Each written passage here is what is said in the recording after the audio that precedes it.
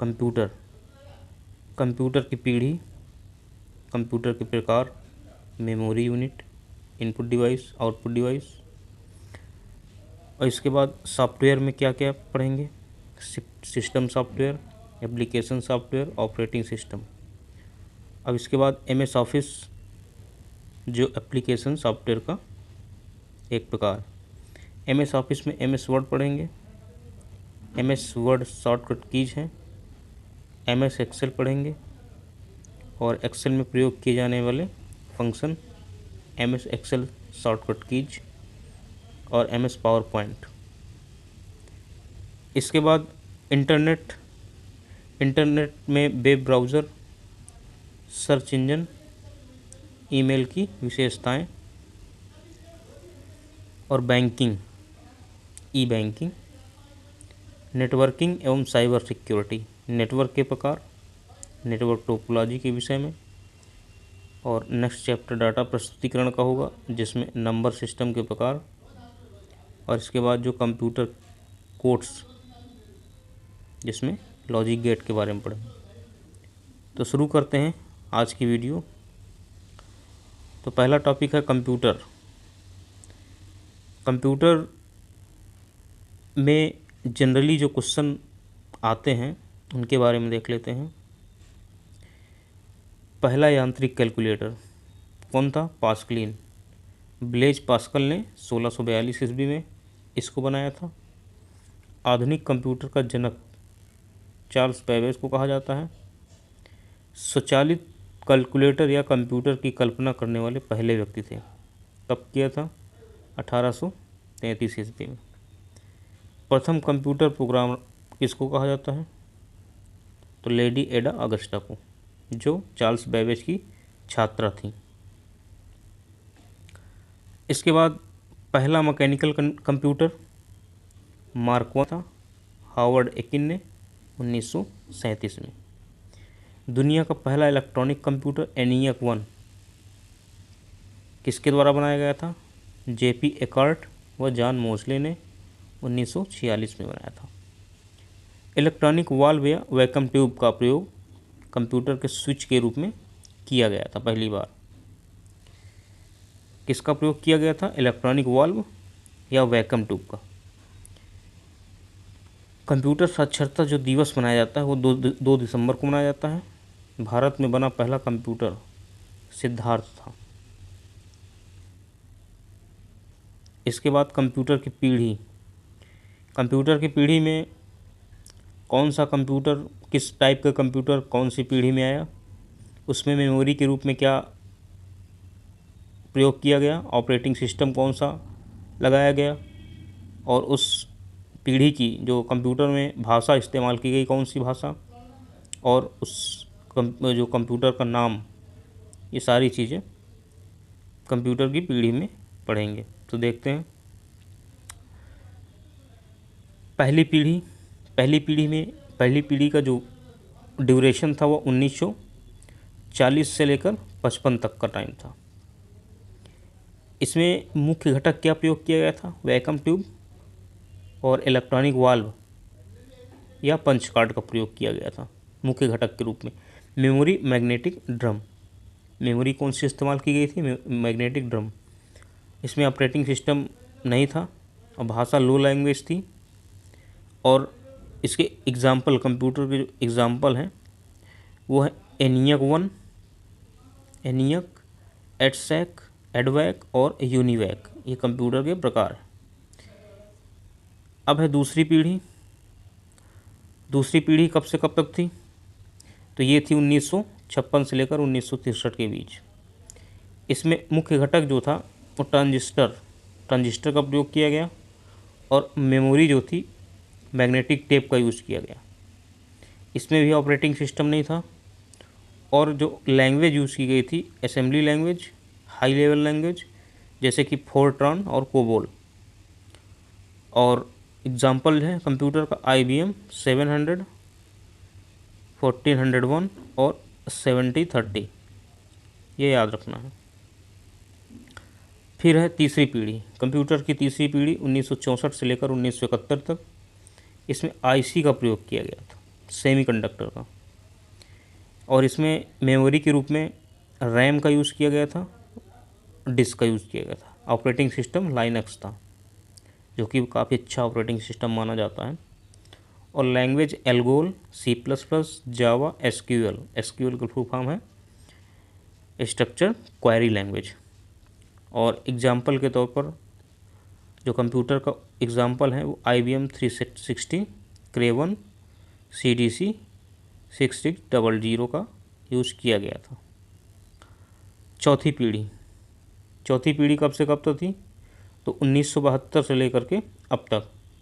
इसमें LSI, VLSI यानी कि लार्ज स्केल इंटीग्रेशन और वेरी लार्ज स्केल इंटीग्रेशन, इसका यूज़ किया गया। और इसमें जो मेमोरी थी सभी प्राइमरी तथा सेकेंडरी मेमोरी, जितनी भी प्राइमरी और सेकेंडरी मेमोरी हैं उनका यूज़ किया गया। और इसमें ऑपरेटिंग सिस्टम विंडोज़ और MS DOS, disk operating system Windows और MS DOS का यूज़ किया गया। और लैंग्वेज SQL और एकल का यूज़ किया गया। सारे प्रकार के जो PC पर्सनल कंप्यूटर एग्जाम्पल जितने, जैसे कि डेस्कटॉप हो गया, और डेस्कटॉप है, क्रेवन है, डेस्कटॉप, के और XMP, ये चौथी पीढ़ी के कंप्यूटर के एग्जाम्पल हैं। इसके बाद पाँचवीं पीढ़ी अभी डेवलपमेंटल फेज में है।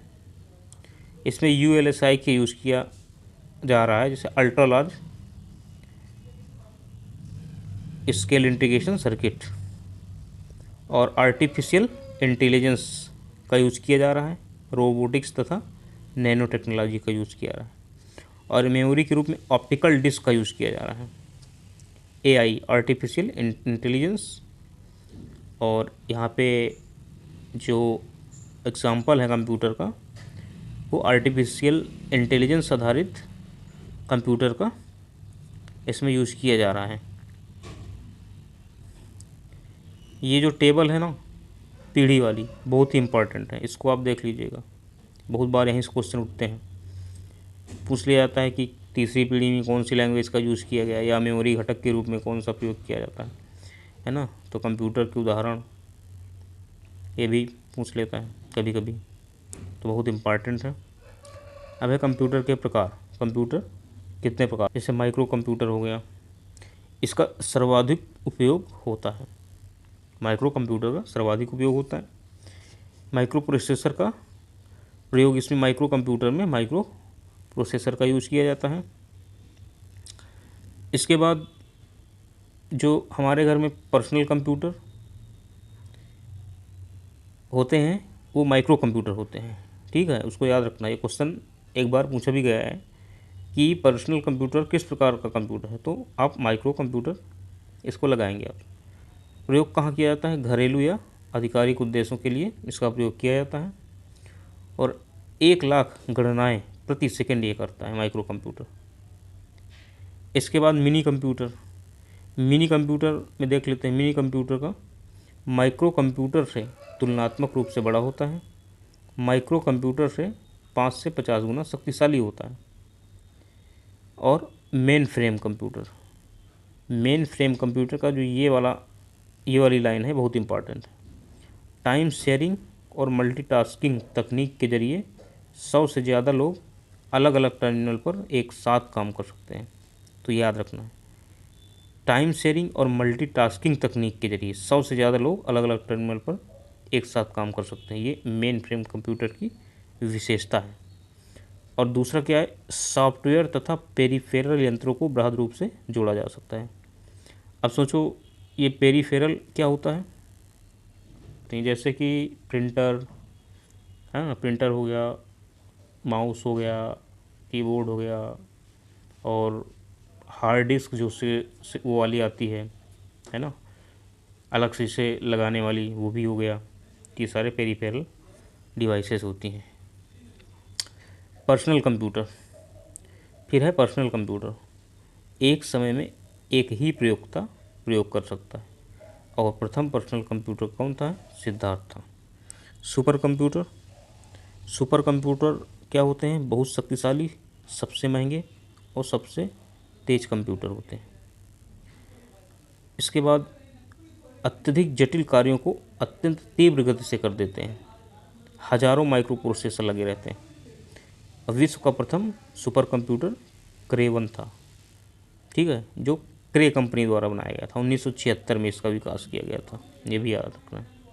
अब भारत का प्रथम कंप्यूटर कौन था, प्रथम सुपर कंप्यूटर कौन था, तो यहाँ पे परम 800 था, जो CDEC कंपनी द्वारा 1991 में बनाया गया था, ये याद रखना है। किस कंपनी द्वारा, CDEC कंपनी द्वारा 1991 बनाया गया था परम 800 सुपर कंप्यूटर। और इसके बाद एक कंप्यूटर का प्रकार और है क्वांटम कंप्यूटर। इस प्रकार के कंप्यूटर का विकास अंतिम चरण में है, जिसमें आर्टिफिशियल इंटेलिजेंस का यूज किया जाता है। बाइनरी बिट्स के स्थान पर यहाँ पे क्यूबिट्स का प्रयोग किया जाता है। क्वांटम कंप्यूटर में बाइनरी बिट्स के स्थान पर क्यूबिट का प्रयोग किया जाता है। अब कार्य पद्धति के आधार पर कंप्यूटर 3 प्रकार के होते हैं। अभी हम ऊपर बताए थे ना, तो कंप्यूटर कितने प्रकार के होते हैं, 3 मेन।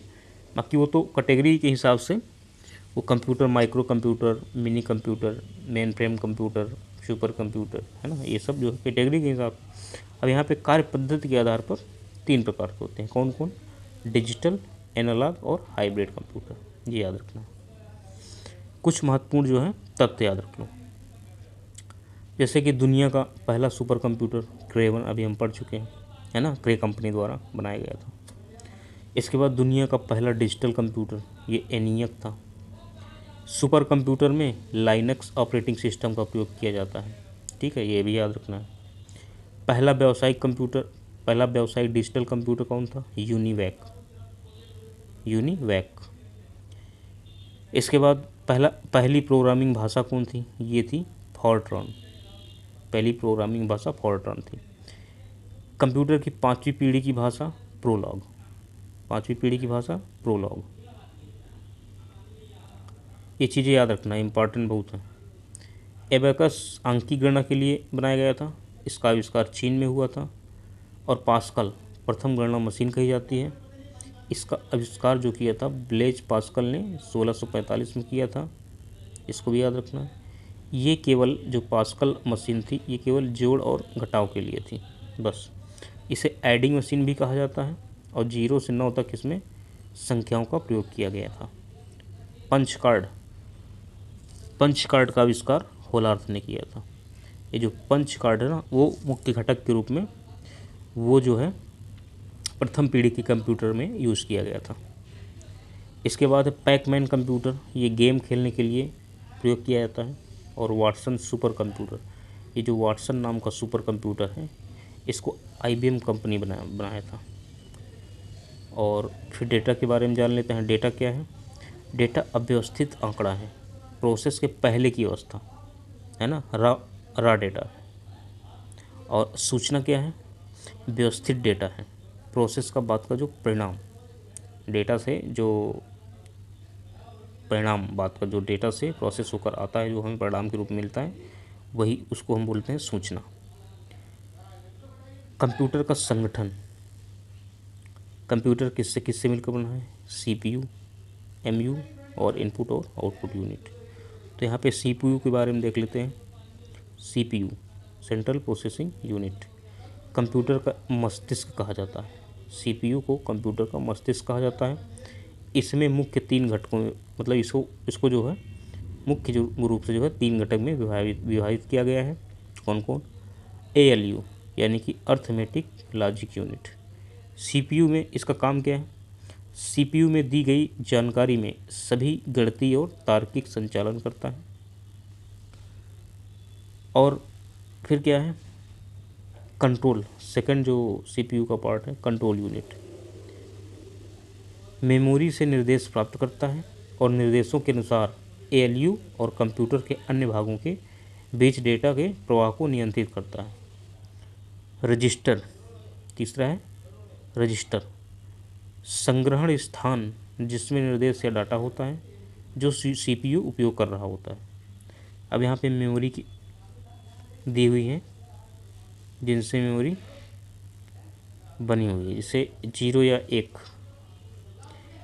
ये बाइनरी डिजिट होती है 0 1, इसको हम 1 बिट मानते हैं, एक बिट मतलब 0 और 1 जो बाइनरी डिजिट होती है वो 1 बिट कही जाती है, और 4 बिट मिलाकर एक निब्बल बनता है, 8 बिट मिलाकर एक बाइट बनता है। 1024 बाइट इक्वल टू 1 किलोबाइट, और 1024 KB 1 MB के बराबर होता है, 1 मेगाबाइट के बराबर होता है। 1024 MB 1 GB के बराबर होता है, और 1024 GB 1 TB के बराबर, टेराबाइट। ठीक है। इसके बाद 1024 टेराबाइट मिलाकर एक पेटाबाइट होता है, 1024 पेटाबाइट मिलाकर एक एक्साबाइट होता है, 1024 एक्साबाइट एक जेटाबाइट, और 1024 जेटाबाइट एक योट्टाबाइट, 1024 योट्टाबाइट एक ब्रोंटोबाइट। ये आपको याद रखना है। इसके बाद मेमोरी यूनिट यानी कि MU, कंप्यूटर का तीसरा घटक MU यानी कि मेमोरी यूनिट।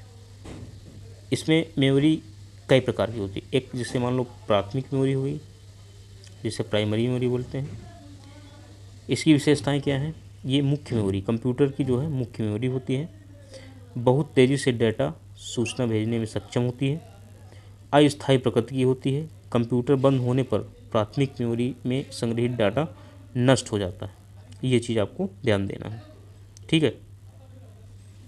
फिर इसके बाद इसको अस्थिर मेमोरी भी कहा जाता है। उदाहरण के लिए रैम का full form random access memory computer में सबसे ज़्यादा उपयोग होने वाली मेमोरी होती है। और रोम एक प्राथमिक मेमोरी का प्रकार है। रोम रीड ओनली मेमोरी, इसमें जानकारी निर्माण के समय स्टोर की जाती है तथा पावर सप्लाई बंद होने पर इसमें स्टोर डाटा नष्ट नहीं होता है। ये ध्यान देना, इसको निर्माण के समय इसमें डाटा स्टोर किया जाता है। फिर इसके बाद है रैम के प्रकार। रैम दो प्रकार की, एक होती है स्टैटिक रैम, एक होती है डायनेमिक रैम। तो पहले स्टैटिक रैम के बारे में देखते हैं। डेटा को रिफ्रेश करने की आवश्यकता नहीं होती है तथा गति डायनेमिक रैम से तेज होती है। याद रखना, ये बहुत बार पूछा गया है स्टैटिक रैम के बारे में। डेटा को रिफ्रेश करने की ज़रूरत नहीं होती है और गति जो होती है वो डायनेमिक रैम से तेज होती है। फिर है डायनेमिक रैम। रैम का दूसरा है डायनेमिक रैम। डायनेमिक रैम क्या होता है? बार बार रिफ्रेश करने की आवश्यकता होती है इसमें। ये तो हो गया रैम के प्रकार। अब इसके बाद है रोम। रोम के प्रकार देख लेते हैं। पी रोम क्या होता है? ये प्रोग्रामेबल रीड ओनली मेमोरी, केवल इसको रीड किया जा सकता है, इरेज नहीं किया जा सकता है। Erasable programmer E P ROM, जिसे बोलते हैं erasable programmable read only memory. इसके बाद है E P ROM. E P ROM हो गया। Double E P ROM electrically erasable programmable read only memory, ये होता है। ये हो गया रोम के प्रकार। फिर है द्वितीयक मेमोरी यानी कि सेकेंडरी मेमोरी। सेकेंडरी मेमोरी क्या होती है? डेटा को लंबे समय तक स्टोर करने के लिए उपयोग किया जाता है और प्राथमिक मेमोरी की तुलना में बहुत धीमी गति से काम करता है। ये एक स्थायी मेमोरी होती है, ये आपको याद रखना है। सेकेंडरी मेमोरी जो होती है वो एक स्थायी मेमोरी होती है। उदाहरण के लिए जैसे देख लेते हैं, उदाहरण के लिए फ्लॉपी डिस्क जो 1.44 MB की होती है, CD 700 MB लगभग, DVD 4.7 GB की होती है, और मेमोरी कार्ड USB और चुंबकीय टेप, ये भी सभी जो है सेकेंडरी मेमोरी के प्रकार हैं। SASD इसका फुल फॉर्म क्या है? Sequential access storage device. फिर है BRD का मतलब ब्लू रे डिस्क। ये सारी जो है सेकेंडरी मेमोरी के एग्जाम्पल हैं। फिर एक है HVD होलोग्राफिक डिस्क। इसका क्या है? उपयोगकर्ताओं के लिए 3.9 TB और वैज्ञानिकों के लिए 6 TB में आती है, 6 टेराबाइट में। इसके बाद है फ्लैश मेमोरी। ये भी सेकेंडरी मेमोरी का प्रकार है। फ्लैश मेमोरी कौन कौन सी होती है? पेन ड्राइव और मेमोरी कार्ड। वर्चुअल मेमोरी, ये बहुत इंपॉर्टेंट है, इसको ध्यान देना है। वर्चुअल मेमोरी किसी एप्लीकेशन को चलाने के लिए हार्ड डिस्क से उधार ली गई मेमोरी को वर्चुअल या एक्सटेंडेड रैम कहा जाता है। ये बहुत ही इंपॉर्टेंट क्वेश्चन है, कई बार पूछ चुका है। किसी एप्लीकेशन को चलाने के लिए हार्ड डिस्क से उधार ली गई मेमोरी को वर्चुअल मेमोरी या एक्सटेंडेड रैम कहा जाता है। फिर इसके बाद है कैश मेमोरी। कैश मेमोरी के बारे में देख लो। अति उच्च गति और महंगी मेमोरी होती है। इसकी गति जो होती है बहुत तेज़ होती है और ये महंगी बहुत होती है। मुख्य मेमोरी और सीपीयू के बीच कार्य करती है। ये बहुत इंपॉर्टेंट है। कैश मेमोरी जो है मुख्य मेमोरी और सीपीयू के बीच कार्य करती है। कुछ द्वितीयक मेमोरी के बारे में तथ्य। चुंबकीय टेप लंबे प्लास्टिक टेप होते हैं जिन पर चुंबकीय सामग्री की परत चढ़ी होती है। सीडी एक ऑप्टिकल माध्यम है। सीडी को लेज़र बीम का उपयोग करके पढ़ा जा सकता है। और डीवीडी जिसका फुल फॉर्म है डिजिटल वर्सेटाइल डिस्क, ये भी जो है ऑप्टिकल माध्यम है, यानी कि ये भी जो है ऑप्टिकल माध्यम का प्रकार है। इनपुट डिवाइस क्या होते हैं? कीबोर्ड, और इसके बारे में थोड़ा सा, मानक कीबोर्ड में 104 कीज़ होती हैं तथा नंबर पैड में 17 कीज़ होती हैं। ये याद रखना है। तो इनपुट डिवाइस में कीबोर्ड हो गया, माउस हो गया, माइक हो गया, ओएमआर, इसका फुल फॉर्म है ऑप्टिकल मार्क रीडर। ओएमआर का यूज कापी जो है जांचने में किया जाता है। जो ओएमआर वाली सीट होती है उसको चेक करने के लिए किया जाता है। इसके बाद MICR magnetic ink character reader full form है। इसका यूज बैंकों में जो चेक होते हैं उनको पढ़ने के लिए किया जाता है। चेक में एक ब्लैक कलर की जो नंबर पड़े होते हैं नीचे, वही होता है, वो जो है मैग्नेटिक होते हैं, उनको पढ़ने के लिए मैग्नेटिक इंक करेक्टर रीडर का यूज किया जाता है। BCR bar code reader. और क्यूआर का फुल फॉर्म है क्विक रिस्पॉन्स ट्रैक बॉल। ये सारी जो है इनपुट डिवाइसेस है। और भी हैं, स्टाइलस हो गया लिखने के लिए जो है, स्कैनर स्कैन करने के लिए, लाइट पेन, ये भी जो है पॉइंटिंग डिवाइस है। जॉयस्टिक, और ये जॉयस्टिक जो है गेम खेलने के लिए होता है। टच पैड और पेन टैब, ये सब इनपुट डिवाइस है। आउटपुट डिवाइस में जैसे मॉनिटर, इसको स्टैंडर्ड आउटपुट डिवाइस माना गया है। प्रिंटर के प्रकार देख लेते हैं, इम्पैक्ट प्रिंटर और नॉन इम्पैक्ट प्रिंटर, ये तो कैटेगरी वाइज है। बाकी ये भी जो है और भी प्रिंटर मिलेंगे। तो पहले इम्पैक्ट प्रिंटर के बारे में, अक्षरों को कागज़ पर छापने के लिए रिबन से भरी स्याही को कागज़ पर मारते हैं। उदाहरण के लिए कौन कौन से इम्पैक्ट प्रिंटर का उदाहरण कौन है? Daisy wheel, dot matrix, line printer. यहाँ से क्वेश्चन बहुत बनते हैं कि बताइए डेजी व्हील किस प्रिंटर का उदाहरण? तो इम्पैक्ट प्रिंटर का उदाहरण। इसी प्रकार नॉन इम्पैक्ट प्रिंटर प्रिंटिंग के लिए हैमर और रिबन का इस्तेमाल नहीं करता है, एक समय में पूरा पेज प्रिंट करता है, इसलिए इसे पेज प्रिंटर भी कहा जाता है। एग्जाम्पल है इंकजेट प्रिंटर, लेज़र प्रिंटर और थर्मल प्रिंटर। पूछ लेगा बताओ लेज़र प्रिंटर किस प्रिंटर को एग्जाम्पल? तो नॉन इम्पैक्ट प्रिंटर, ये याद रखना है। और प्रिंटर, अब यहाँ पे जो है प्रिंटर के प्रकार दिया है। प्रिंटर आमतौर पर जो है 3 प्रकार के होते हैं। कौन कौन होते हैं देख लेते हैं। तो यहाँ पे डॉट मैट्रिक्स प्रिंटर क्या है? बहुत छोटे छोटे डॉट्स के रूप में कैरेक्टर प्रिंट करते हैं। तो प्रिंटर 3 प्रकार के होते हैं। डॉट मैट्रिक्स प्रिंटर हो गया, इंकजेट प्रिंटर हो गया, लेज़र प्रिंटर। तो डॉट मैट्रिक्स प्रिंटर क्या है? बहुत छोटे छोटे डॉट्स के रूप में कैरेक्टर प्रिंट करते हैं। इंकजेट प्रिंटर क्या है? कागज़ पर स्याही की धार छिड़कता है। और लेज़र प्रिंटर क्या है? लेज़र बीम का इस्तेमाल कागज़ पर चित्रों और टेक्स्ट को प्रिंट करने के लिए किया जाता है, ये याद रखना है। और एक आउटपुट डिवाइस है प्लॉटर। प्लॉटर क्या होता है? प्लॉटर होता है उच्च गुणवत्ता बड़े चित्र बनाने के लिए ये यूज़ किया जाता है, जैसे पोस्टर, बैनर, ये सब होते हैं। इसमें यूज़ किसका किया जाता है? इस प्लॉटर में कौन सा एप्लीकेशन का यूज़ किया जाता है? कैम एप्लीकेशन का यूज़ किया जाता है। तो यहाँ कैड और कैम, ये जो है इसके फुल फॉर्म नीचे दिए गए हैं। घर के नक्शे बनाने में, बैनर होल्डिंग्स और कार के पुर्जे आदि बनाने में, मतलब जितने बड़ी बड़ी चीज़ें हैं उनको बनाने में जो है प्लॉटर का यूज़ किया जाता है। इसके बाद हम देख लेते हैं कीबोर्ड की शॉर्टकट कीज़। अब जैसे कंट्रोल ए से क्या होता है? पूरे टेक्स्ट को सिलेक्ट करने के लिए किया जाता है। कंट्रोल B सिलेक्टेड टेक्स्ट को बोल्ड करने के लिए। कंट्रोल C सिलेक्टेड टेक्स्ट को कॉपी करने के लिए। कंट्रोल D से फॉन्ट विंडो ओपन करने के लिए। कंट्रोल E टेक्स्ट को सेंटर में लाने के लिए, कंट्रोल एफ किसी शब्द को खोजने के लिए, और कंट्रोल आई टेक्स्ट को इटैलिक करने के लिए, कंट्रोल जे पैराग्राफ को जस्टिफाई करने के लिए, कंट्रोल एल टेक्स्ट को बाईं ओर लाने के लिए, कंट्रोल एन नई फाइल बनाने के लिए, कंट्रोल ओ पुरानी फाइल को खोलने के लिए, F12 से फाइल को सेव करने के लिए किया जाता है टूल का यूज। इसके बाद है कंट्रोल आर टेक्स्ट को दाईं ओर लाने के लिए, आल्ट प्लस टैब एक विंडो से दूसरी विंडो में जाने के लिए, जैसे कई विंडो खुली हुई हैं तो एक विंडो से दूसरी विंडो में बिना माउस के अगर जाना है तो आल्ट प्लस टैब का यूज़ करेंगे, कंट्रोल वाई रीडू करने के लिए, कंट्रोल जेड अंडू करने के लिए, और कंट्रोल डब्लू किसी ओपन विंडो को बंद करने के लिए, कंट्रोल एक्स टेक्स्ट को कट करने के लिए,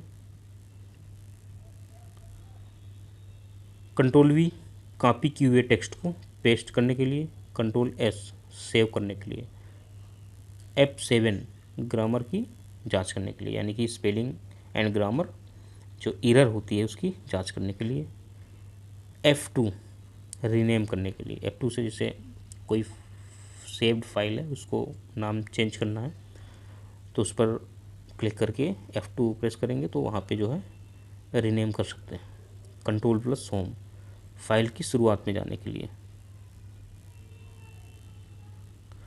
कंट्रोल इंड फाइल के अंत में जाने के लिए, आल्ट शिफ्ट टैब पहले से खुले प्रोग्राम में जाने के लिए, जैसे कोई दूसरा प्रोग्राम खुला हुआ पहले से तो उसमें जाना है तो वहाँ पे आप आल्ट शिफ्ट टैब का यूज कर सकते हैं, आल्ट F4 प्रोग्राम बंद करने के लिए, कंट्रोल यू टेक्स्ट को अंडरलाइन करने के लिए, कंट्रोल पी प्रिंट करने के लिए, कंट्रोल प्लस के हाइपर लिंक डालने के लिए, जैसे कोई लिंक डालना है तो वहाँ पे आप कंट्रोल ए के दबाएंगे, कंट्रोल प्लस के, और लिंक आप वहाँ पे डाल सकते हैं। अब जो है शब्दावली देख लेते हैं, जो एनियक उसका full form electronic numerical integrated and calculator या computer, EDVAC electronic discrete variable automatic computer, और इसके बाद एडसैक का full form electronic delay storage automatic computer, और यूनिवैक यूनिवर्सल ऑटोमेटिक कंप्यूटर।